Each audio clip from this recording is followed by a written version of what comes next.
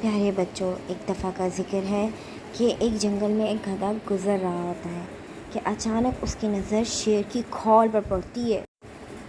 وہ شیر کی کھال دیکھ کر بڑا خوش ہوتا ہے اور پہن کے دیکھتا ہے تو ایک دم سے سامنے سے خرگوش اس کو دیکھ کر ڈر جاتا ہے اور ڈر کے بھاگنے لگتا ہے۔ گدھا تو بڑا ہی خوش ہوتا ہے، وہ کہتا ہے یہ تو بڑی اچھی چیز میرے ہاتھ لگ گئی۔ وہ ٹہلتا ٹہلتا جنگل میں گھوم رہا ہوتا ہے، اس کو نہیں پتہ ہوتا ہے کہ سارے جانور اس ساری کارستانی سے اس کی پریشان ہو چکے ہیں۔ خرگوش جنگل کے سارے ساتھیوں کو شیر کا حال بتا چکے ہوتے ہیں۔ بندر کے دماغ میں ایک دم سے اچانک سے ایک ترکیب آتی ہے، وہ سب جانوروں کو اپنی ترکیب بتاتا ہے، کیونکہ بندر کو شک ہو چکا ہوتا ہے کہ یہ اصل شیر نہیں ہو سکتا۔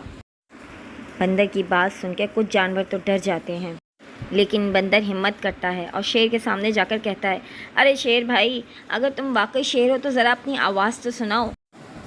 گدھا جیسے منہ کھولتا ہے، اس کے منہ سے تو اس کی آواز نکلنا شروع ہو جاتی ہے اور سب جانوروں کو اس کی اصلیت پتہ چل جاتی ہے اور وہ شرمندہ ہو جاتا ہے۔